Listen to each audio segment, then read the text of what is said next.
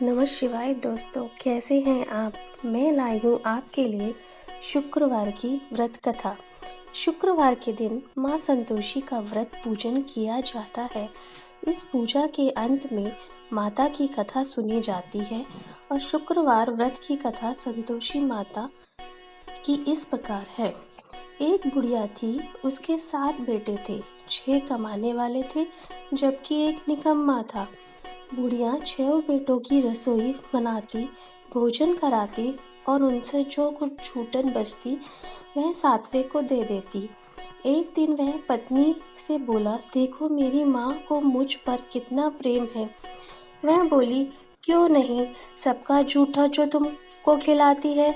वह बोला, ऐसा नहीं हो सकता, मैं जब तक आंखों से ना देख लूं मान नहीं सकता। बहू हंस कर बोली, देख लोगे तब तो मानोगे।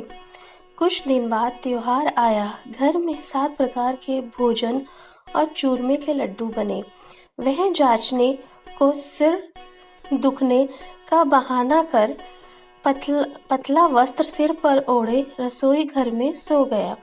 वह कपड़े में से सब देखता रहा। 6 भाई भोजन करने आए। उसने देखा माँ ने उनके लिए सुंदर आसन बिछा नाना प्रकार की रसोई परोसी और आग्रह करके उन्हें जमाया।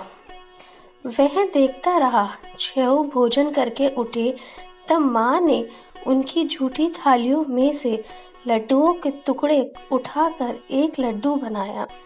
जूठन साफ कर बुढ़िया माँ ने उसे पुकारा, बेटा 6 भाई भोजन कर गए, अब तू ही बाकी है, उठ, तू कब खाएगा। वह कहने लगा, माँ मुझे भोजन नहीं करना, मैं अब परदेश जा रहा हूँ। माँ ने कहा, कल जाता है तो आज चला जा। वह बोला, हाँ माँ, आज ही जा रहा हूँ। यह कहकर मैं घर से निकल गया। चलते समय पत्नी की याद आ गई। वह गौशाला में कंडे थाप रही थी। वहां जाकर बोला, हम जावे परदेस आवेंगे कुछ काल, तुम रहियो संतोष से धर्म अपना पाल। वह बोली, जायो पिया आनंद से, हमरे सोच हटाए, राम भरोसे हम रहे ईश्वर तुम्हें सहाय। 2 निशानी आपन देख धरूं मैं धीर, सुधी मति हमारी बिसरइयो रखियो मन गंभीर। वह बोला, मेरे पास तो कुछ नहीं है, यह अंगूठी है सो ले और अपनी कुछ निशानी मुझे दे दे। वह बोली, मेरे पास क्या है, यह गोबर भरा हाथ है। यह कर उसकी पीठ पर गोबर के हाथ की थाप मार दी। वह चल दिया। चलते चलते दूर देश पहुंचा। वहां एक साहूकार की दुकान थी। वहां जाकर कहने लगा, भाई मुझे नौकरी पर रख लो। साहूकार को जरूरत थी। वह बोला, रह जा। लड़के ने पूछा, तनख्वाह क्या दोगे। साहूकार ने कहा, काम देखकर दाम मिलेंगे। साहूकार की नौकरी मिली। वह सुबह 7 बजे से 10 बजे तक नौकरी बजाने लगा। कुछ दिनों में दुकान का सारा लेन देन, हिसाब किताब, ग्राहकों को माल बेचना, सारा काम करने लगा। साहूकार के 7-8 नौकर थे। वे सब चक्कर खाने लगे। यह तो बहुत होशियार बन गया। सेठ ने भी काम देखा और 3 महीने में ही उसे आधे मुनाफे का हिस्सेदार बना लिया। वह कुछ वर्ष में ही नामी सेठ बन गया और मालिक सारा कारोबार उस पर छोड़कर चला गया।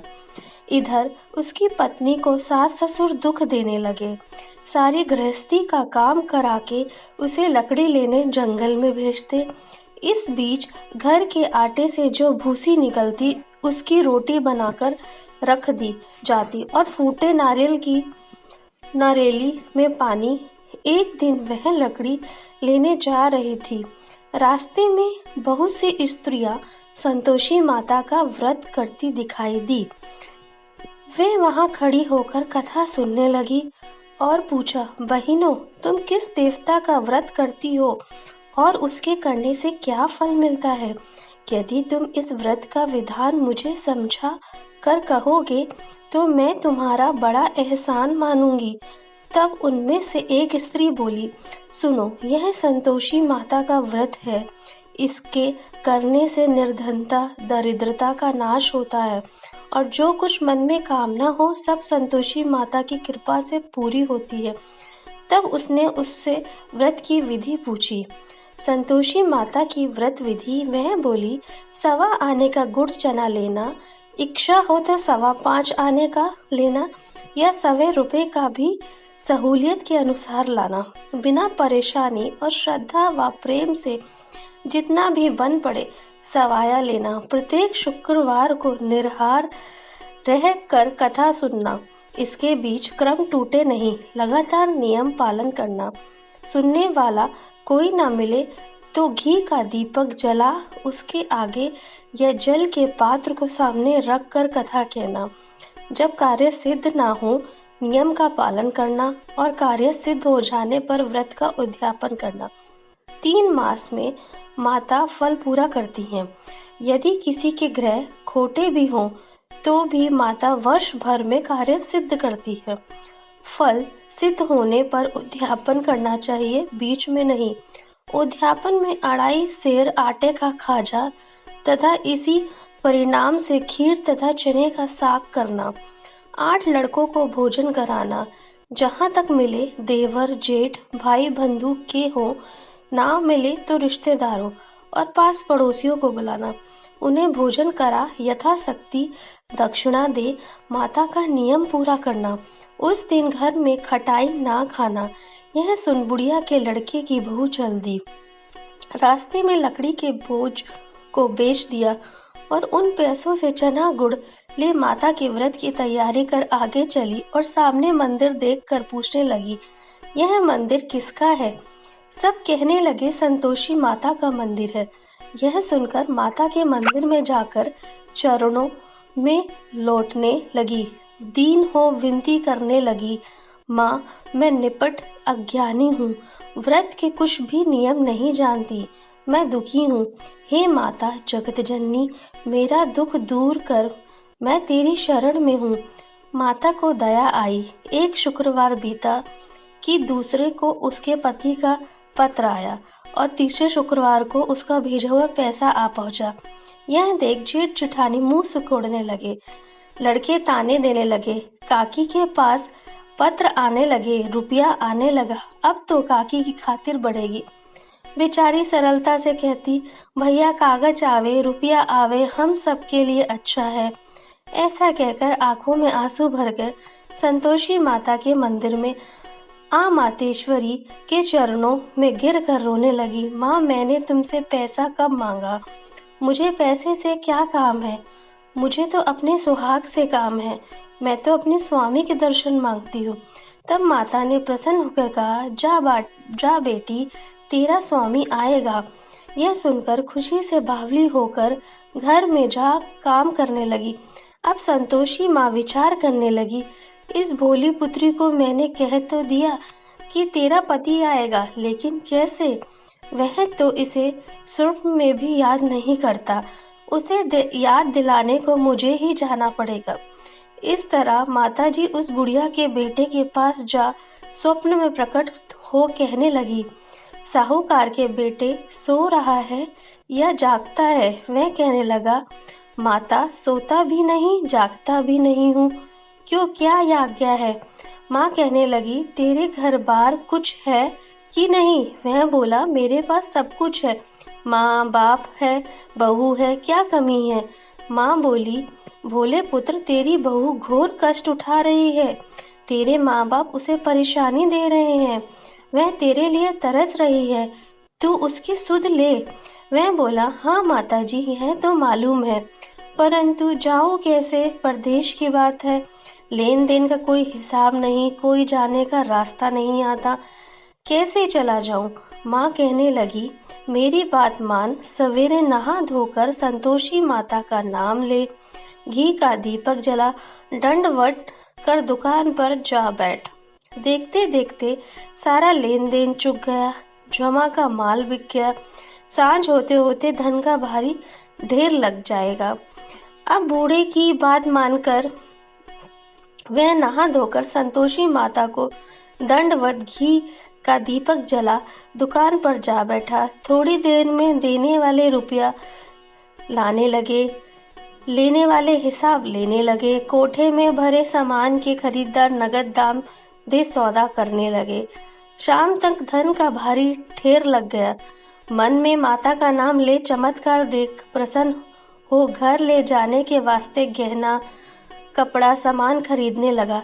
यह काम से निमट तुरंत घर को रवाना हुआ। उधर उसकी पत्नी जंगल में लकड़ी लेने जाती है। लौटते वक्त माता जी के मंदिर में विश्राम करती।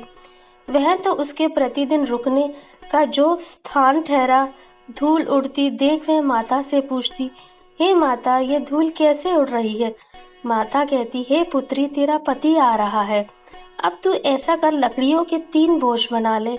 एक नदी के किनारे रख और दूसरा मेरे मंदिर व तीसरा अपने सर पर। तेरे पति को लकड़ियों का गट्ठर देख मोह पैदा होगा।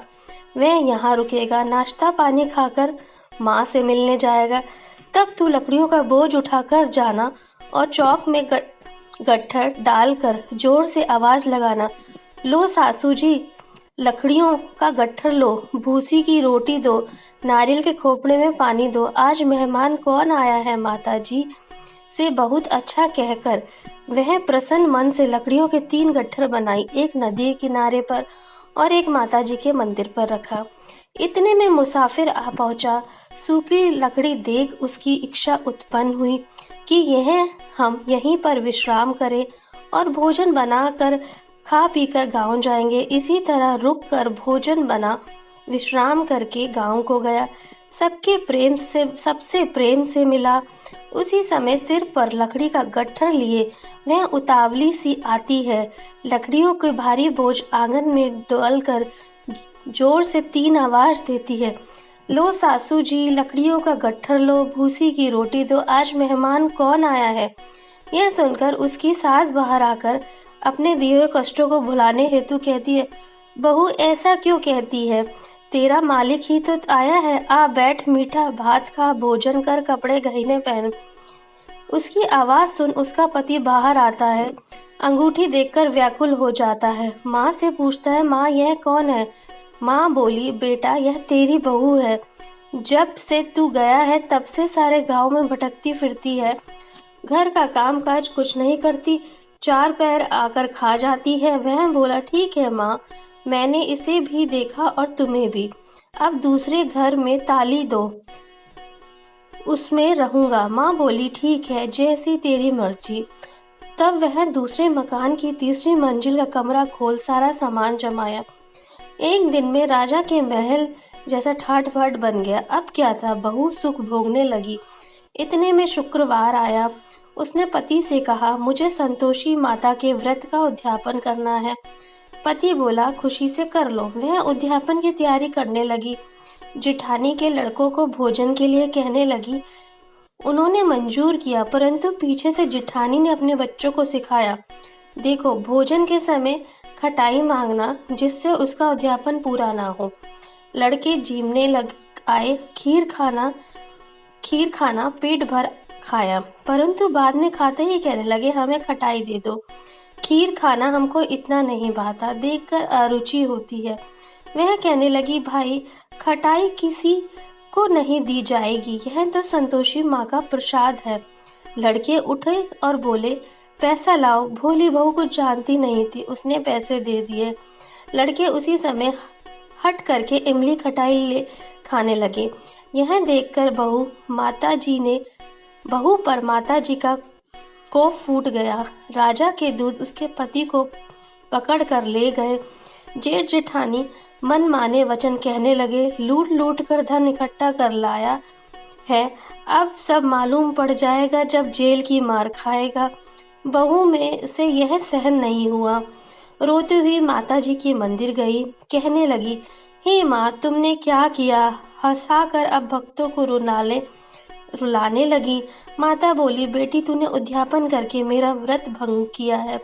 वह कहने लगी, माता मैंने कुछ अपराध किया है, मैंने तो भूल से लड़कों को पैसे दिए थे, मुझे क्षमा करो, मैं फिर तुम्हारा उद्यापन करूंगी। माँ बोली, अब भूल मत करना।